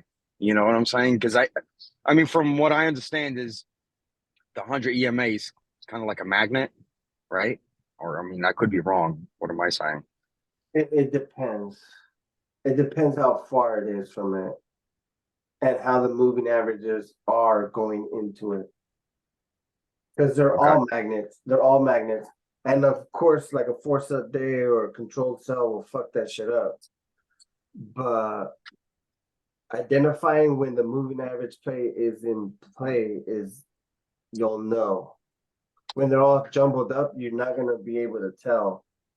Unless like you have the MACD.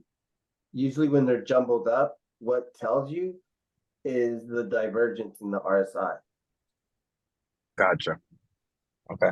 When they're all jumbled up together, or like right here, right? They're all kind of jumbled up right here. Yeah. You see that? They're all jumbled up, but you look at RSI, it's creating higher lows. Oops, no.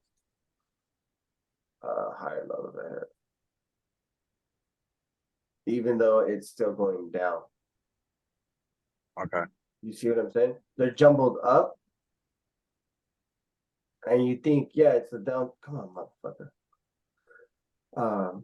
See how it's going down, but our side is going up. And right here, it's based. Right here in this little area, it's based. That divergence right there. Mm-hmm. But then you wouldn't get in until it's up here. Because it's bullish now. It's in the bullish channel of the RSI. So you could have got in right here on the first leg pullback, or the second second leg pullback right here, and you got the 10 SMA crossing the 50 SMA right here. Okay. And then on to the next. So it tagged the 50 SMA right here. So what's it going to tag next? The 100 EMA, which is stacked up on top of the 200 right here. It tagged the 100. And this is what I'm telling you, easy. So right here, it bounced a 50. What's the next one? 100. It bounced a 100. Yeah. What's the next one? 200. The 200 doesn't come all the way until right here. Right? So what's the next one above that? The 666. Okay. Yeah. It tagged the 200, but it might shy the 666, right? So it comes up, it shies the 666. What am I expecting now? I'll pull back to the 10 SMA first. If it holds the 10 SMA, then it might be a leg up. If it loses the 10 SMA, the next spot is the 50 SMA. If Yeah. it goes to the 50 estimate, it should hold it, and it didn't. Now it's fucking losing it. So now you're kind of thinking short. Because look, you got the 10 SMA about to cross the 50 SMA right here, right? So you wouldn't get in short there. You would wait for a lower high off the 50, Off the 50 SMA SMA, and you want the 50 RSI right here. See how it's below the 50 RSI? to stay below. You want it to come back up and hit the 50 RSI almost at the same time that it's hitting the 50 SMA and a lower high, right? And you kind of want the 10 pointing down. And that's going to give you a little bit more confirmation that it still has strength to go down to the 100 EMA. And now the cycle starts over. See how it bounced off over here, the 50, the 100, the 200? And now it's losing the 50. So now the cycle starts over. So now it lost the 50. You want it to come down to hit the 100. Boom, hit the 100, probably come back up shy of the 50 or hit the 50 and then come back down, smash through the 100, and now the cycle starts all over again. You want it to pull back up into the 100, pull back into the 100 right here. You want it to smash through, right? And then pull back to the 100. And at that time, you want the 50 RSI to hold the 100 EMA. And if the RSI holds the 50 EMA and the 100 EMA, then that signals that it still possibly has strength to go down to the 200. And then you watch price action develop. You know, if it's full bodies going down, then it might have stronger to smash through it. But if it's like small candles, slow, the price action is slow. You guys know what slow is. Like this is fucking slow right now, right? Yeah. It's like slow as fuck. This is forever. And if you see it coming down slow, then it might not have strength. It might come here and go up. Because remember, it tagged the 200. And we got the golden cross right here. So it could catch the 100 and go up. But you're not getting in long here because they're looking like it's topping. Especially if you got the 10 and the 50 cross, you're probably not. I wouldn't recommend getting in long here. Unless there's like a weekly support or a daily support right here. If this green line was a weekly or something, and it lined up with the 100, then of course, I'm looking for a bounce, but I'm looking for like a 5 to 6 point bounce. Not a huge bounce, not a reversal bounce. I hope that helps you out, Sergio. Like I said, keep coming, showing up, and we can help you out with your strategy. And thanks for sharing that RSI tip. On my chart, I do have the 3-bar average, and I have the regular RSI, and I use that cross as a signal that it might swap. Like right here, see you got the RSI cross over the 3-bar average. And then I usually wait for the MACD to cross too. So cross right there and you get in right here above the 50 SMA. For a pop up. I do have a question. What's up? You're saying I use that RSI cross along with the MACD cross. I don't really find the TTM squeeze much help at all, only because I feel like it lags so much behind MACD, for example, where once I see it finally going green, then it's like already consolidating to come back down, let's just say. Yeah, like right here, watch. Like, and this is a lesson that I taught a long time ago. I don't know if it's public, but I taught it to the elites. Is I don't know what MACD or RSI you're using. You can use a TOS one, the standard one. But see how it goes into red? I don't know if it's the same color on your TTM. But I use the TOS standard one, so I mean, like the colors. it doesn't really make a difference to me. I do see what you're saying. But anyways, when you see the squeeze dots go off and it changes colors to whatever color you have it set to. So right here, mine are set to red. Right, that's indicating a squeeze, a potential squeeze.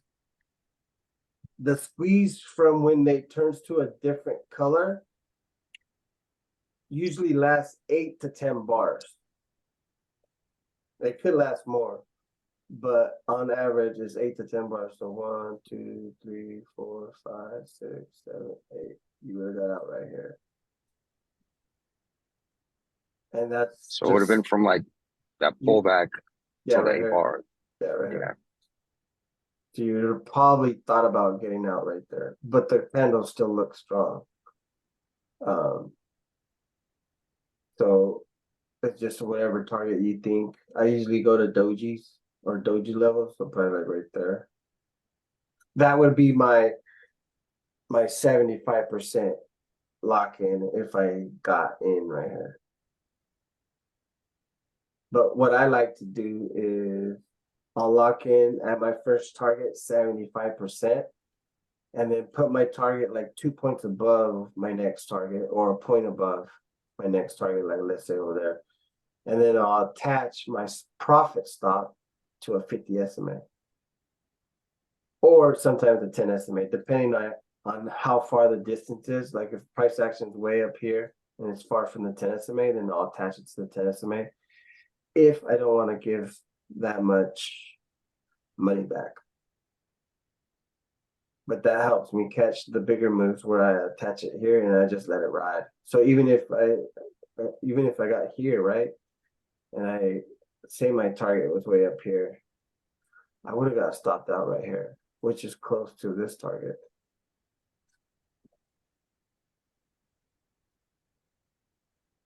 But yeah, just pay attention to the divergence, especially when it's jumbled up, the moving averages. And then the MACD cross, like I usually see that and I see the RSI cross and then the MACD cross right here. And they usually cross within 2 to 3 bars from each other. So once those two cross, I'm looking for a pullback right here. And it looks like a first pullback. So I would have seen these two, I would have seen the divergence. And then a pullback off the 10 SMA. Remember, that's a lower probability. I'd rather have a 50 SMA pullback. So you could have got in right here with the stop right here. This one has a lower probability. This one has a better probability because it's above the 50 SMA. You got the pullback and you could have got in right there and your stop would have been right here somewhere below the 50 SMA. And you just would have rode it. I want to get Susan here. Because she holds. I'm not sure if she's using a longer time frame or what she's doing, but her and Brown Eye Girl, they're doing awesome. And they're holding for long plays. They're holding for like the whole play. They'll trade one time and they'll catch like 20 points. And I'm trading like 3 times and I'm catching, anywhere between 5 and 10 points. And I can't even I'm curious about their approaches because I'm curious if they even go many days without trading, right? Because Yeah. I don't they might really be carefully planning and waiting for these moves. They might be waiting for their A plus setup, and when they see it, they capitalize. They fucking, well, I'm gonna ride this until Big time. Because if that's their trading style, they're looking at a large picture, and we some of the indicators that we talk about, it's really useful the way we stack them. And they look at us, and what we focus on is very different because they must be looking at indicators that are larger picture oriented. If we could combine the two, holy shit. Yeah. I mean, there's so much opportunity there. Yep. See, and this is what kind of we called out right now. Remember, I wanted to say a lower high off the 50 RSI right here, and then off the 50 SMA. To what? To go down to the 100 EMA.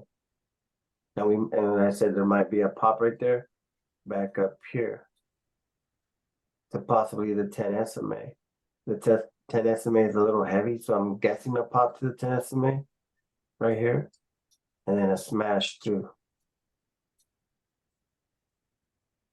The 50 SMA is still kind of pointed up, so it might pop up all the way to the 50, worst case scenario. So you have two scenarios, right? You have two scenarios. If it pops up to the 50 again, I want to see it hold the 50 RSI still. And I want to see the 50 SMA instead of pointing up like that. I want to see it more flat or more down, like with the 10 SMA.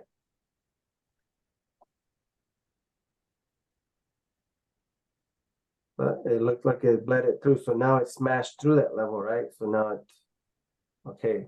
Now we know that it might be calibrated to the 100 because it's at the oversold, you know. Oh, yeah, it's oversold, right? I don't know. I just call it overcool. It's at the overcool and it's at the 100. So maybe drop a little bit more and then confirm the 100.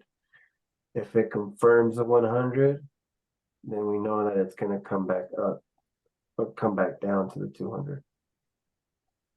When it hits the 200, it might be into the overcool, and that might tell you that it's going to come back up to the back to the normal. And if it does a higher low off of here, then it might come back to the 200 and might higher low back up to the 100.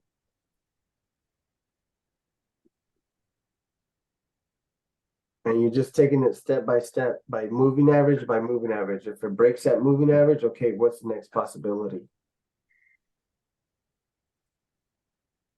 Hopefully I'm not confusing y'all.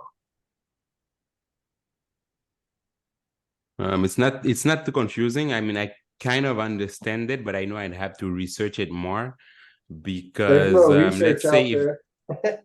no, I mean, what I meant was, you know, when the price, let's say if the price just shoot up in one candle and then it goes over the 100, over the 10, the 50, and then the 100, but the moving averages haven't crossed yet. Like, I'd wonder what would you do in a situation like this, right? Like, what would you put as a target? Like me, I would take a short entry, but then what would be my target? Because the moving averages haven't crossed. Like right now, you're seeing right now. Well, not like right now. You see, do you have 1250? You see where you see 1250? Yeah, right here. Yeah, around right here. Like, let's say that was just one candle that shoot all the way up. Me, I'm shorting at the top. My question is, what would be my target coming down? First would be since you smashed through the 50, right, Yeah. right here. Yeah. You loop the 50. I would target the 50. The 50 again? Wow, okay. That's a big move, no? So you're getting, I mean, you got it right here. If you would have entered here, you would have got it here. Yeah. If you would have entered down here, then I'm targeting the 100, not obviously not the 50 because you're right on top of it. Yeah. But hey, you guys, I gotta leave for my next meeting, but carry on, and I'll see you next week. All good, man. Have a Thank great you. weekend. All right, thank you, Semper. I'll send you the timestamps in a little bit. Oh, for sure, dude. All right, cheers, buddy. Take care, all. Yeah. So if you entered here, then yeah. Later, Sergio. If you entered here, then yeah, target the 50. If you entered closer down over here, then you would target something else, like the 100. Okay. Because right here, you're already looking like this is your B plus, right? You got in right here, boom. Maybe you got stopped out. But the closer you are, if you're above it, and usually those big candles only happen On data. on data candles. Exactly. Like right here, if you don't have a target, then look at the 5 minute. What's that 5 minute look like? Okay. Okay, I'm in short right here, or wherever you got in short, right here at the break of the 10, my next target would be the 5-minute 50 SMA. Okay, perfect. All right. Yeah, I know I might be ahead of myself, but yeah, that's one of the things No, that you're good asking questions, I and do you're notice setting those things. yourself up for the next target for next week. You're getting more advanced. You see, Yeah. you're getting a little bit more advanced every week. Every week, you're gonna laser this shit in, and you're gonna be like fucking All right. smoking these little prop firms. Perfect. Thanks. Hey, no problem, man. So yeah, we already said what your assignment is for next week. Yeah. Maybe talk about a couple of the lessons or confirm some of the theories that the hour between the dog and the wolf have. All right. I've already kind of proven it with the exercise kind of thing and the meditating shit. Shit helps. So create a routine, work out, cold body shower, trade your A+ setup first if you can, and then trade a B+ setup, and then journal your B+ setups. Because it seems like we got your A+ setup kind of lasered in. You still need a little bit of work. Yeah. But we're getting there. See the Right. improvement. Thank you. And your entries are getting more laser, dude. So we're correcting, one step at a time. We're correcting your entries. Now we're gonna correct your targets and your, all that shit. All right. But great job. Thanks for sharing. Thanks for, being the guinea pig. Thank you. Yeah, if you have any questions, anybody, elite members, shoot them my way. If you want me to break down your trade or help you improve your trade, just post it in the members recap, and we'll yeah, I'll reply, trust me, or I'll help you out. Perfect. But have a great weekend, enjoy Labor Day, and we'll see you guys on Tuesday. Tuesday. Perfect. Thank you. And have a good day, guys. Have a good Thanks. weekend. You guys too, have a brother. good one. Enjoy, Thanks. guys. Thanks, you too.